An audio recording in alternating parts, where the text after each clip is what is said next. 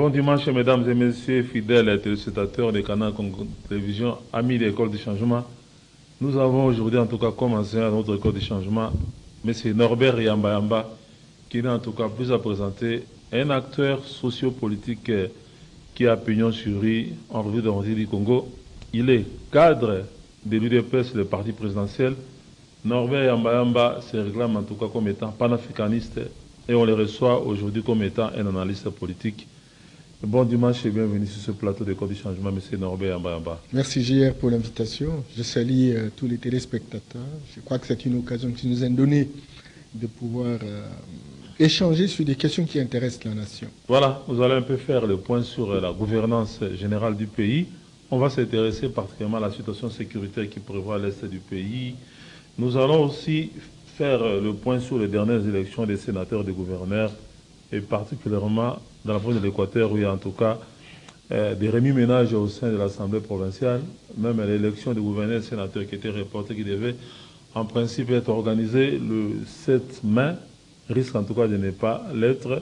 Et on va finir par s'interroger un peu sur les retards que prend la mise en place de certaines institutions issues des dernières élections, particulièrement le gouvernement de la République qui n'est toujours pas mis en place, bien qu'on ait déjà désigné par les chefs de l'État la Première ministre mandat de Judith Soumini à Toulouka. Et au niveau de l'Assemblée nationale, ça traîne. On verra tout ça en tout cas avec l'analyste politique Norbert Yamba, le grand panafricaniste. Monsieur Norbert Yamba, en tout cas, ce qui fait l'actualité sur le plan sécuritaire, c'est des bombes qui sont tombées sur le camp des réfugiés, des déplacés de guerre dans la ville de Goma. Et il y a eu des morts et des blessés.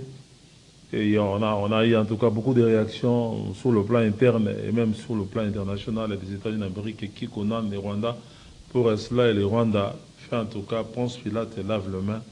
Je ne sais pas comment est-ce que vous avez reçu l'information sur cette attaque, cette bombe qui est tombée sur le camp de Mugunga et l'autre camp qui se trouve dans les quartiers Lac Vert à Goma et qui a fait des victimes. La désolation la plus totale. La désolation parce que c'est un cas de récidivité en fait. Trop de bombardements, trop de massacres et qui deviennent presque une profession de répétition, quoi. Nous sommes vraiment inquiets de ce qui arrive pour notre pays, mais nous connaissons que c'est une question très complexe. Une question très complexe. Il y a le Rwanda au devant de la scène avec ses outils, ses instruments comme M23, etc. Mais c'est aussi la volonté délibérée de certaines puissances d'argent qui veulent déstructurer, démolir, déconstruire notre pays à cause de ses ressources, à cause de ses richesses naturelles, etc. Bon, la question de savoir comment je vois ça, moi j'ai dit ça conforte notre position de nous organiser davantage et de nous battre contre vents et marins pour que finalement nous puissions ramener la paix à l'ordre, la paix durable dans l'est de notre pays. Certainement que beaucoup auraient souhaité que tout de suite on trouve solution, on arrête, c'est pas les escarmouches, mais croyez-moi, le problème de l'Est, c'est un problème très complexe, mais d'aucuns cherchent des solutions très simplifiantes. Complexe, pourquoi? Parce qu'il y a une convergence d'intérêts.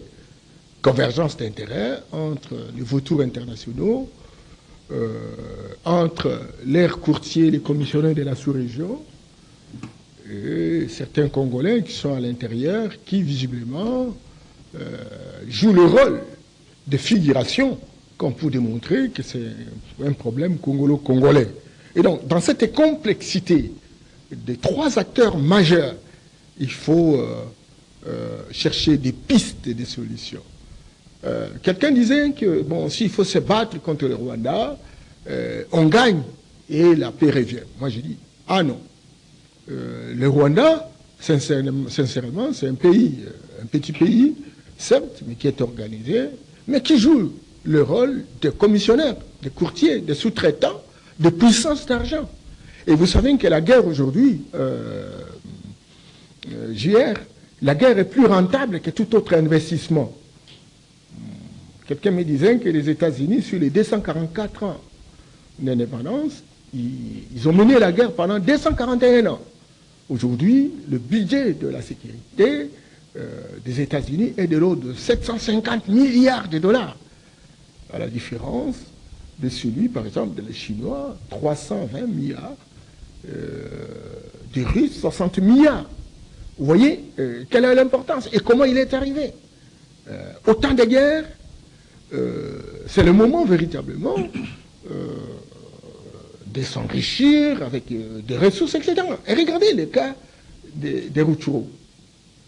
Vous savez que les Rutshuru regorgent des minerais stratégiques, à l'occurrence les nobium. Je m'arrête là.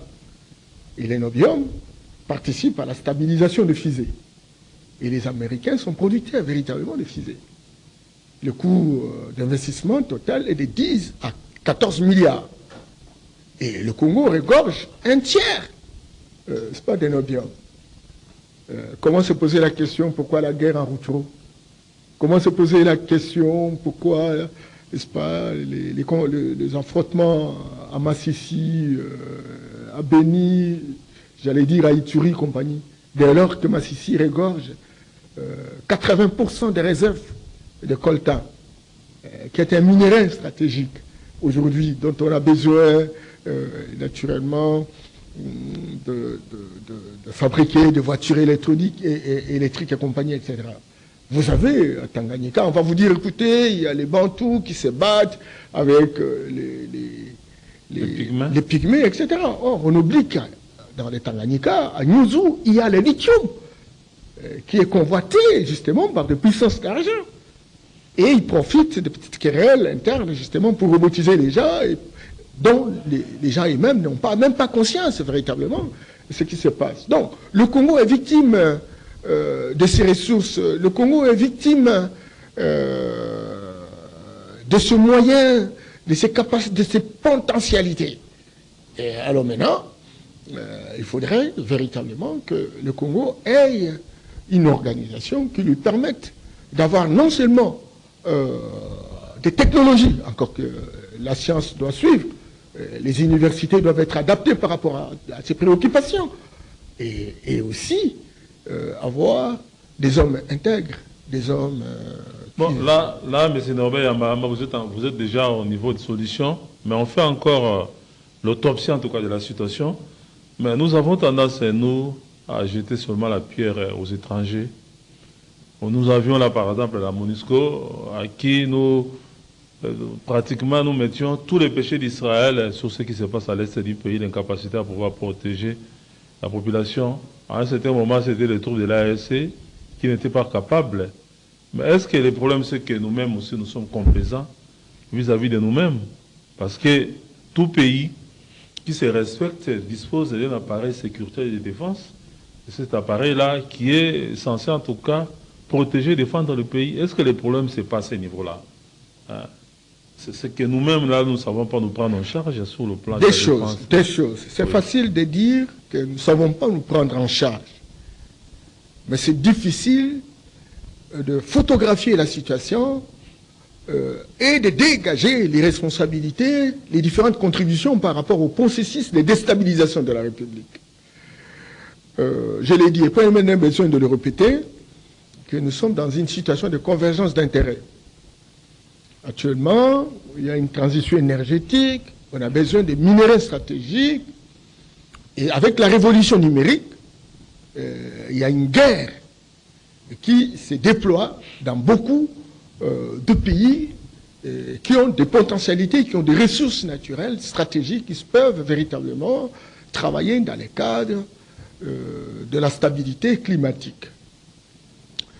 Et donc, nous avons véritablement cette question qui se pose avec un Poutier, où les puissances ont trouvé que la guerre donne plus de possibilités que des investissements réalisés en bonne et due forme. Et ils se complaisent de pouvoir faire des déclarations à l'international, etc., pour montrer leurs amourettes. Et pourtant, ils savent très bien que c'est à la base de la situation. Certainement qui recrute au niveau de la sous-région. Parce qu'on peut tout changer, on ne sait pas changer la géographie. Rares sont des pays qui changent d'adresse, j'allais dire de frontières, etc. Nous avons des voisins qui trouvent un réconfort moral à se faisant recruter pour exécuter la volonté très volontariste de puissance d'argent.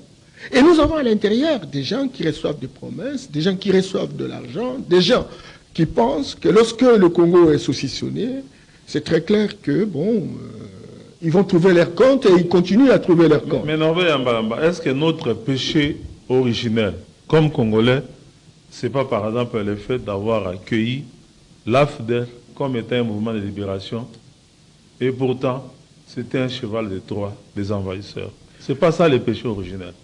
Et ce schéma-là a été pratiquement reproduit depuis 1996 jusqu'à aujourd'hui. C'est-à-dire que nous n'avons pas... l'entrée de l'AFDEL a été saluée par les Congolais à son temps qui ont vécu une dictature perfectionnée pendant 32 ans et qui auraient souhaité véritablement de s'en débarrasser. Et quand l'AFDEL s'est annoncé comme un mouvement de libération, les Congolais, dans leur ensemble, ont accepté véritablement cette... Par naïveté, je crois. Bien entendu. Ou par manque d'information. Par manque suffisamment d'informations. Et on a facilité, ils n'ont pas fait. Toute comptabilité faite. L'AFDEL n'a pas gagné une guerre de confrontation. C'était l'accueil de la population, etc. Ils passaient d'un site à l'autre sans beaucoup de difficultés. Et donc, les Congolais n'avaient pas compris quel était l'agenda, n'est-ce pas, taillé au niveau international. L'agenda de la communauté internationale, c'est donc de faire en sorte que le Congo, qui a beaucoup de richesses, et qu'aujourd'hui, il y a une sorte d'essoufflement dans les chefs de certaines puissances d'argent, et que la Chine, qui vient de coopérer avec le Congo pendant un certain temps, est allée de 3 000 milliards aujourd'hui à 17 000 milliards, il est très clair que le Congo constitue pour un terrain de prédilection, on peut s'enrichir sans beaucoup d'efforts. Et donc, dans leur agenda, il fallait avoir des sous-traitants qui avancent. Et la stratégie, c'est quoi? C'est que il faut arriver à saucissonner, à diviser le Congo. Un scientifique, j'allais dire, un ancien ministre des Affaires étrangères, Tidjane Gabio, du Sénégal, avec à l'époque Abdoulaye Wade, qui est installé actuellement en Atlanta aux États-Unis, dans une étude faite pendant autant d'années, a démontré que les puissances d'argent, pour éviter des conflits entre eux, souhaiteraient que certains pays soient divisés davantage, parce qu'ils nous ont divisés à Berlin sur base d'une carte mal dessinée par des personnes qui n'ont jamais été en Afrique, aujourd'hui veulent revenir en force et pour nous diviser davantage. Et le Congo, dans le viseur, devra être divisé à 4 ou 5 États. Et ça commence naturellement par l'Est de notre pays, surtout lorsqu'il y a des minéraux comme coltan, colombo-tantalite, qui est un minerai stratégique. Vous avez le nobium, vous avez l'or, vous avez le gaz, vous avez. Et donc, ce qui se passe à l'Est aujourd'hui, c'est un agenda stratégique qui a été monté par des puissances d'argent. Mais ils ont utilisé nos voisins qui, dans leurs calculs, auraient estimé qu'il faut faire de temps en temps des incursions au Congo. Et chaque fois, on va négocier. Et quand on aura négocié, à ce moment-là, le groupe de voisins qui, en réalité, sont dans un espace très restreint, très limité. Vous savez, le Congo, le Rwanda, c'est 26 000 km². C'est 100 fois moins que le Congo-Kinshasa. Et donc, avec la capacité d'avoir 247 enfants chaque 2 heures. Et donc, cette occupation terrienne leur pousse à avoir des espaces. Excusez. Et l'Est constitue un terrain de prédilection pour déverser véritablement beaucoup d'autres Rwandais dans notre pays. Encore que cet Est-là dispose des ressources naturelles. Vous avez vu l'expérience du Soudan. comment les puissances d'argent avaient besoin du pétrole, et comme ils avaient besoin de pétrole, ils ont opposé le nord et le sud du Soudan, et ils ont même miroité les Soudanais du sud que seul le nord s'enrichissait, n'est-ce pas, de leur pétrole, et que il faut devenir indépendant. Et quand ils sont devenus indépendants, ils ont envoyé des ONG, etc. Aujourd'hui, il y a une confrontation permanente et récurrente entre les sudistes qui ne trouvent pas gain de cause. Il y a maintenant 500 morts, 500 000 morts sur le terrain de bataille. Donc, nous avons accueilli, certes, l'AFDL, mais l'AFDL avait les germes conflictogènes, mais stratégiques. Vous avez là l'AFDL, les gens ont infiltré les institutions politiques, ils ont infiltré les institutions, les institutions sécuritaires et militaires. Vous voyez, et l'AFDL terminé, dans leur stratégie, vous allez voir qu'il y a un solde d'un groupe qui n'est pas d'accord et qui revient finalement en charge. Vous avez vu le RCD, et ils sont arrivés, ils ont infiltré. Il faut que je termine par là pour que vous preniez. Et donc, le RCD est arrivé, ils ont occupé les institutions de la République, etc. Il y a un autre solde, CNDP, qui sont arrivés, effectivement, dont certains, naturellement, travaillent, et il y a le solde M23 qui a négocié et qui souhaiterait aussi avoir des hommes à l'intérieur. Alors maintenant, cher JR, dans une nouvelle discipline actuelle qu'on appelle la mankhémologie, cette discipline nous enseigne que le comportement des uns et des autres que nous voyons dans un système, fut-il nouveau, c'est un comportement hérité des anciens systèmes. Chacun a un impact, chacun a des séquelles, chacun a des comportements, des attitudes, un état d'esprit, des anciens systèmes qui se répercutent au nouveau système, même si on prône le changement. Et ces gens-là, on a difficile à les changer du coup. Et tout ce que nous sommes en train véritablement d'observer aujourd'hui, c'est donc de la trahison, et une trahison qui a été préparée plusieurs fois au niveau des négociations qui ont été réalisées, et on trouve les ennemis à l'intérieur des institutions de la République, et qui facilitent les informations, compagnie, etc. Et donc, les Congolais ne comprennent pas cette complicité. C'est comme ça que j'ai toujours dit qu'à des problèmes complexes, c'est des solutions complexes. Il ne faut pas chercher des solutions simples à des problèmes complexes. Et la tendance aujourd'hui se dit, mais non, écoute, il faut se battre contre le Rwanda. Oui, on se bat contre le Rwanda.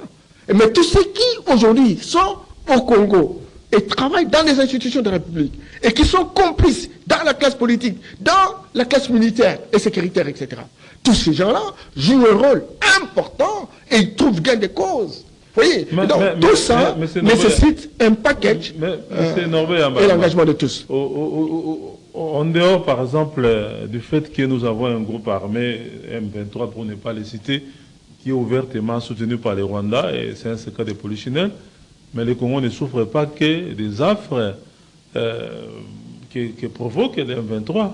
Nous avons les Codeco, nous avons les Zaïre, et pas loin de Kinshasa, ici à la milice Mobondo. Donc, au-delà, par exemple, des étrangers à qui nous rejetons les responsabilités, est-ce qu'il n'y a-t-il pas aussi nous-mêmes là un problème au niveau du Congo?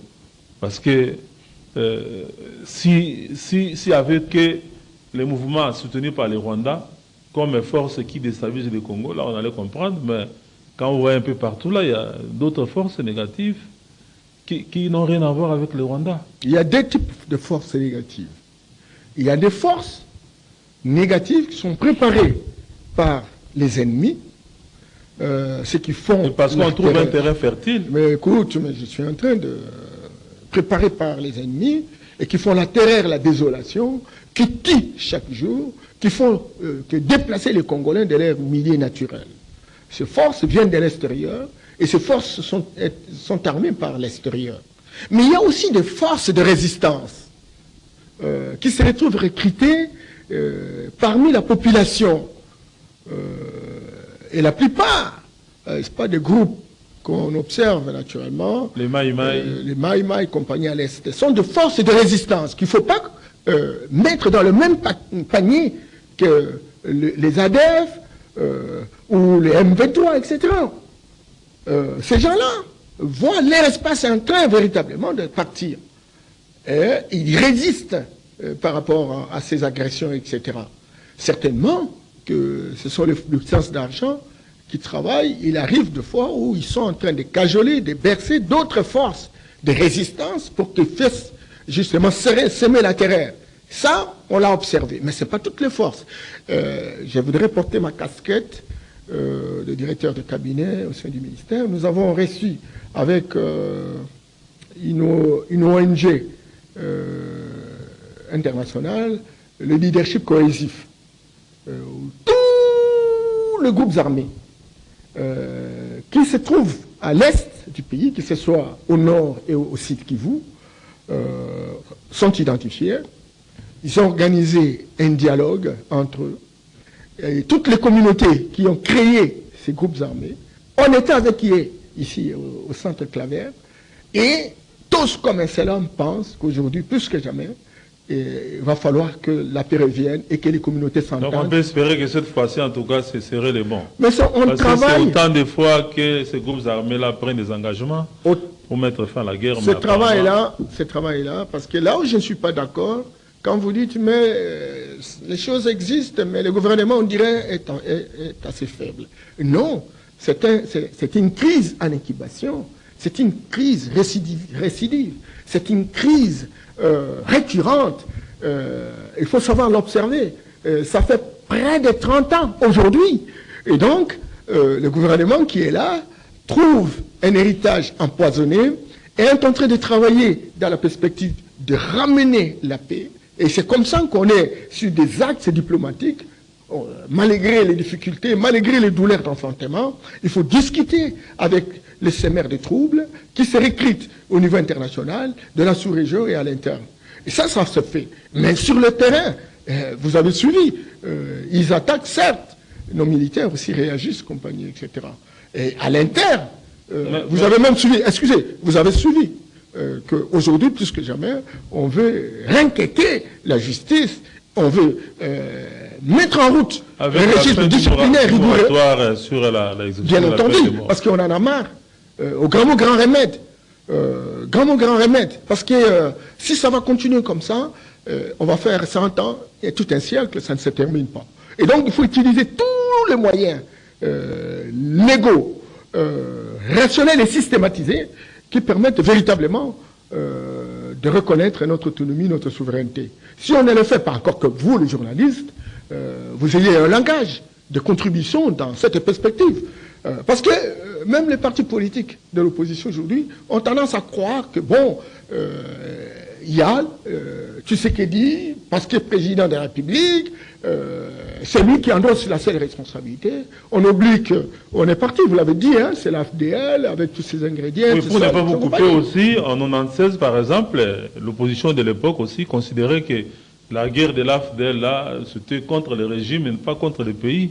C'est ainsi qu'on a senti quand même une certaine sympathie aussi de l'opposition de l'époque avec l'AFDL. Oui, donc c'est pratiquement le même comportement qui se... Non, ce n'est pas le même comportement. Ce n'est pas le même comportement. Si le président Félix Tshisekedi avait accepté de céder aux caprices de nos voisins de la sous-région et des vautours internationaux, sans poser des questions questionnantes, des questions qui appellent d'autres questions liées à la souveraineté de notre peuple, je pense que la situation aurait pu s'arrêter. Parce qu'à ce moment-là, ils vont exploiter comme ils veulent les nobium, les lithium, les coltans, l'or, manganèse, cassitérite et compagnie, etc. Oui, mais parce qu'ils leur demandent qu'on aille dans la direction, d'un partenariat win-win, partenariat gagnant-gagnant. Et ça, ils ne veulent pas entendre parler. Mais c'est Norbert Yamba. Je rappelle que vous êtes cadre du VPS, vous êtes panafricaniste, vous êtes analyste politique.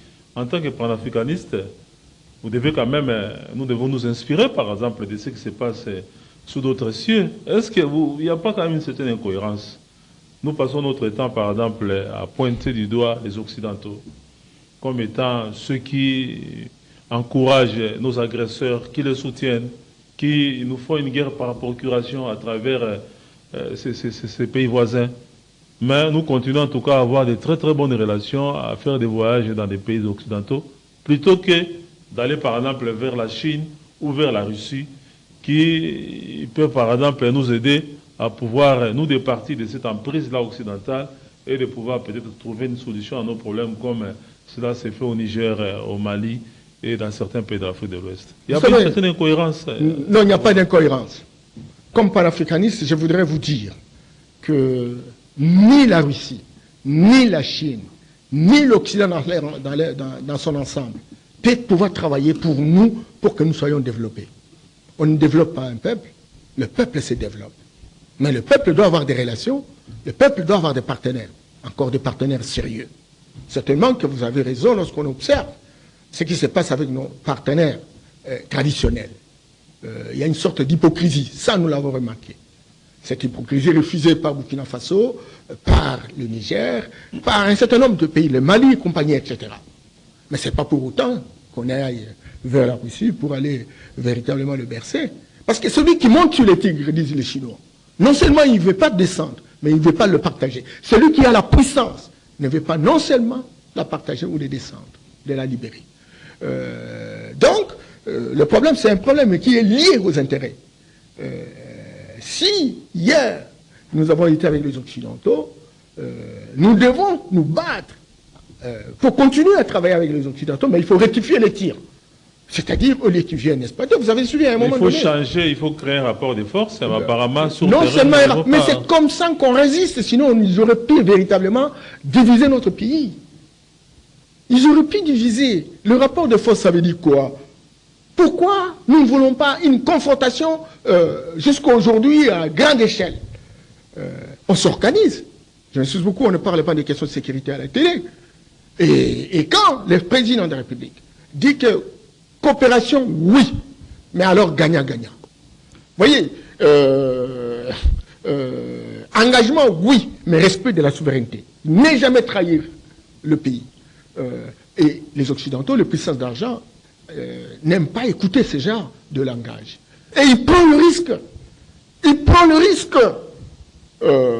On dit non, non, non, non, mais pourquoi tu continues à discuter avec ces gens? Mais il faut aller, c'est pas vers la Russie, vers la Chine. Vous savez que moi, je travaille à l'international, ça va faire 40 ans. Et je connais, j'ai suivi plusieurs formations dans beaucoup de pays occidentaux. Et je connais, vous allez là-bas, et la tendance, même les préconisations, par rapport à la Troisième Guerre, on dit non, non, non, ça peut avoir lieu en Afrique centrale et probablement au Congo. Parce que nulle part où on trouve les richesses que nous avons qui sont utiles dans le cadre de la transition énergétique aujourd'hui. S'il y a confrontation, demain, ce n'est pas en Ukraine, hein, ça pourrait être ici. Alors il faut être prudent pour ne pas être à la base de la destruction de l'humanité. Ok, c'est noté, il faut être prudent en tout cas sur la gestion de la situation sécuritaire au Congo parce que c'est une et c'est comme ça que le président discute. Et en force de discuter, on change de comportement, on change d'attitude. Ok, c'est l'état d'esprit. Norbert Yamayamba, je propose à ceux qui ont les 10 minutes et qui nous restent, en tout cas, nous puissions changer de registre. Okay. On parle un peu, on n'a pas beaucoup de temps. Dernièrement, nous avons assisté à des élections des sénateurs et des gouverneurs. Et il reste encore, je crois, 5 provinces qui n'ont pas encore organisé ces élections-là. Bon, sur ce qu'on a déjà eu comme élection-là, on note que l'Union sacrée, en tout cas, est pratiquement majoritaire dans toutes les provinces. Et qu'est-ce qu'on peut vraiment attendre de ces sénateurs et gouverneurs de l'Union sacrée qui vont bientôt, en tout cas, commencer leur boulot? Voilà la question pertinente. Et cette question, si on arrivait à répondre, à ce moment-là, on aura de la considération, non seulement à l'interne, mais même à l'externe. Et par rapport à ça, le législateur congolais avait proposé un mode d'organisation de notre pays. Ça s'appelle la restructuration géographique. Et dans cette restructuration, dans cet arrangement institutionnel, il est prévu deux pouvoirs dans notre pays en termes d'organisation géographique. Il y a le pouvoir central, le pouvoir provincial. Il est prévu 3 niveaux de gouvernance. On appelle ça 3 paliers de gouvernance. Il y a les niveaux central, les niveaux provincial et les niveaux local. Le niveau local, ce sont les villes, les communes, les secteurs ou chefferies. La particularité de cet arrangement institutionnel repose au fait que chaque niveau a un budget, a un programme. Le gouvernement central dispose d'un programme, d'un budget qui relève de 36 compétences exclusives. Il existe également 11 compétences partagées avec les provinces. Et les provinces ont 29 compétences, plus les 11 partagées avec le gouvernement central. Donc, le budget ou le programme provincial est distinct du programme du gouvernement central. C'est très important. Parce que la tendance générale aujourd'hui, c'est de croire que le président de la République avec le Premier ministre, le gouvernement central, s'occuperont du développement sur l'ensemble du territoire. On a comme l'impression que le gouvernement central ne veut pas en tout cas laisser les provinces jouir de leur autonomie. Fonctionner comme il se doit. Non. Il y a beaucoup Les revenus, les ressources proviennent d'une loi de 2015.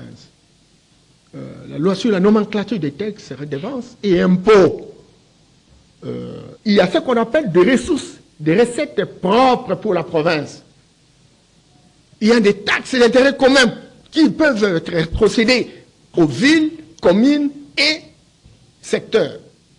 Chaque niveau d'atterrissage, il y a un budget, il y a un programme. Et le programme, c'est un ensemble de projets. Projet, c'est un ensemble de réponses aux problèmes qui se posent dans telle ou telle entité. Et donc, les hommes politiques, j'ai comme l'impression qu'ils ne comprennent pas ce que représente le défi qui est le nôtre de booster notre pays. Si au niveau national, on respecte la configuration des assemblées provinciales, de l'Assemblée nationale, pour avoir un gouvernement, au niveau provincial, on n'a pas encore compris. Chaque leader, à l'échelle nationale, veut avoir un poids au niveau provincial. Il veut avoir soit un gouverneur... Son homme de confiance. Son homme de confiance, peu importe son profil, son background, peu importe son expérience par rapport à la fonction. Et donc, au niveau de ville, certainement, on va voir le même exercice. C'est un peu ce qui se passe dans votre province natale, l'Équateur, par exemple. Et donc, on a un désordre terrible là-bas, l'Équateur. Bien alors, moutantis, dans d'autres provinces, les gens se battent. Et c'est là que, justement, que j'ai toujours dit et demandé au président de la République que, certes, vous avez l'âge qu'il faut, vous avez l'expérience qu'il faut, mais vous ne pouvez pas vous tuer. Les législateurs ont prévu des gouverneurs de province qui sont des présidents de républicaines. Donc on et les gouverneurs de province, je me suis beaucoup. J'ai moi travaillé plus de 17 ans dans des projets Banque mondiale. J'ai tourné pratiquement dans les 26 provinces. Vous posez la question au gouverneur. Vous avez quel budget? D'abord, il est difficile à vous donner véritablement le budget. Et puis, quand il répond, il dit non, mais on ne reçoit rien de Kinshasa. Et quand vous posez la question, et vous, ici, à l'interne, vous produisez combien? Il aurait difficile à vous donner ces chiffres. Vous allez à l'Assemblée provinciale, l'Assemblée provinciale ne connaît pas ni le volume d'argent qui vient de Kinshasa, ni le volume d'argent. On a un problème de la qualité des ressources humaines au niveau des institutions. Non, mais les gens pensent que quand on leur donne la fonction, c'est pour s'enrichir, c'est tout. Et comme il n'y a pas l'inspection générale de la territoriale, qui aurait pu faire le même travail que l'IGF, l'inspection de la territoriale a laissé, même sur son terrain, l'IGF faire le travail. Parce qu'il y a des entités pour lesquelles l'IGF a dit oui ou non, on peut faire ceci ou on peut faire cela. Et pourtant, le législateur a prévu l'inspection générale de la territoriale. Mutandis, dans tous les secteurs de la vie nationale, il y a des inspections. Et qui croisent les bras. Et puis bon, voilà donc, on ne comprend pas telle ou telle province, on est en train de changer le gouvernement aujourd'hui. Non seulement il n'y a pas eu réduction de comptes par l'Assemblée provinciale, encore qu'il termine toujours par une certaine confrontation avec le gouverneur, on ne connaît pas, n'est-ce pas, ce qui s'est passé, etc. Mais l'inspection n'a pas un rapport en bonne et due forme, très professionnel par rapport à toutes ces questions. Oui. C'est cela. Donc, c'est un des problèmes complexes. Aujourd'hui, si nous voulons avoir des gouverneurs, mais c'est le chef de regroupement politique, aimer au moins le pays. Notre pays a tout fait. Il y a des gens qui n'ont pas créé des industries dans ce pays. Il y a des gens qui n'ont pas créé des sociétés dans ce pays, mais qui sont devenus millionnaires, qui sont devenus milliardaires. Qui ont créé des partis politiques. Alors, ils ont créé des partis politiques qui sont générateurs de moyens, de ressources, de grâces. On vous a tout donné. Libérer notre pays, en ayant des hommes et des femmes qui sont capables de faire des choses. Parce que même le choix que vous faites, de certains gouverneurs, dit, s'il vous plaît, vous avez regardé, vous n'avez pas trouvé pour prendre des amateurs. Ok, M. Norway, on est pratiquement à la fin. Un petit commentaire sur les retards que nous enregistrons dans la mise en place du gouvernement. La Première ministre Judith Soumini Toulouka a été désignée par le chef de l'État pour notre présidentielle depuis le 1er avril. Jusqu'à aujourd'hui, il n'y a toujours pas de bureau définitif de l'Assemblée nationale qui est appelé demain si on nommait l'équipe gouvernementale de pouvoir en tout cas l'investir. Votre petit commentaire. Vous avez voulu la démocratie. Vous avez voulu la démocratie. Et la démocratie suppose un état de droit. Un état de droit suppose la primauté de la loi. Et alors, on a mis des procédures, on a mis une réglementation, il faut suivre ces réglementations. Non, mais le problème, c'est que ce sont les hommes qui traînent les pas pour faire marcher ces procédures. Eh bien, c'est ça, justement, ils ont l'opportunité, ils ont une marge de manœuvre pour traîner les pas.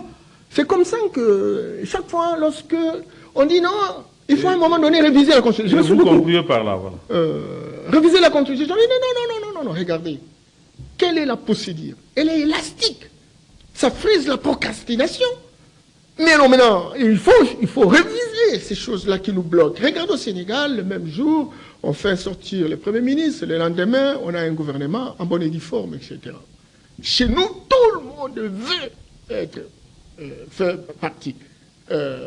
Les gens ont créé des petits partis, etc., justement pour peser, et ils étaient capables même de tuer pour être là.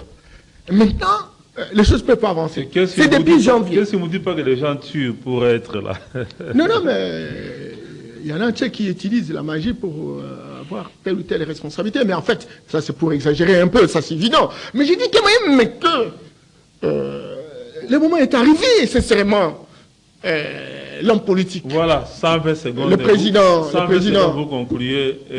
de la République l'a signalé que bon, il est là. Il attend. Comment on va sortir un gouvernement au moment où le bureau n'est pas là? Donc voilà, donc on attend, s'il y a un bureau définitif de l'Assemblée, à ce moment le gouvernement va sortir immédiatement. J'ai entendu quand je venais là dans la voiture que bon, ils ont commencé à donner les listes. Voilà. Et Madame la Première ministre qui est... Elle tourne le pouce. Qui est... Non, Madame n'est pas à l'opposition, elle est de l'IDPS. Non, je dis elle tourne le pouce. Non, elle ne tourne pas les pouces. Elle est là, elle a fait un travail. Elle a donné des orientations par rapport au casting qu'elle voudrait mettre en route. Et il a donné, n'est-ce pas, les critériums. Et c'est au groupement politique de respecter ces critériums pour qu'elle puisse véritablement arriver à donner le score aux différents candidats et choisir le meilleur. Nous voulons véritablement avoir de vrais warriors, de vrais guerriers. Et la guerre au Congo, ce n'est pas simplement ce qu'on voit à l'Est de notre pays, mais c'est aussi contre la pauvreté, qui a les domiciles, qui se professionnalise, qui s'endéminise. Et donc, nous avons besoin qu'elle ait aussi la main de manœuvre. Nous aurions souhaité sincèrement que tous ceux qui sont venus à l'Union sacrée donnent l'opportunité au président de la République de se choisir des hommes et des femmes pour avoir fait 5 ans, parce que les gens ont tendance à dire, mais écoute, quelles sont les erreurs? Mais les erreurs, ça veut dire quoi? Ça veut dire en fait 5 ans, on acquiert l'expérience, on connaît les hommes, on connaît les problèmes, on connaît les pistes de solutions.